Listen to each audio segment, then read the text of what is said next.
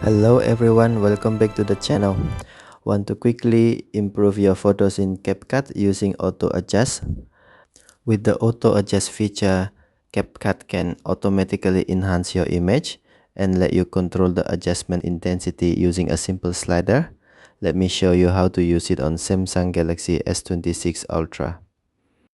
First, open CapCut on your device. Tap Edit.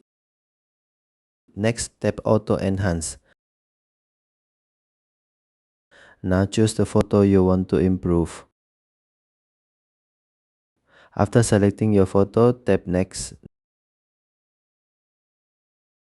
Next, CapCut will now open the enhancement tools. Here, select Auto Adjust. CapCut will automatically apply image adjustments to your photo.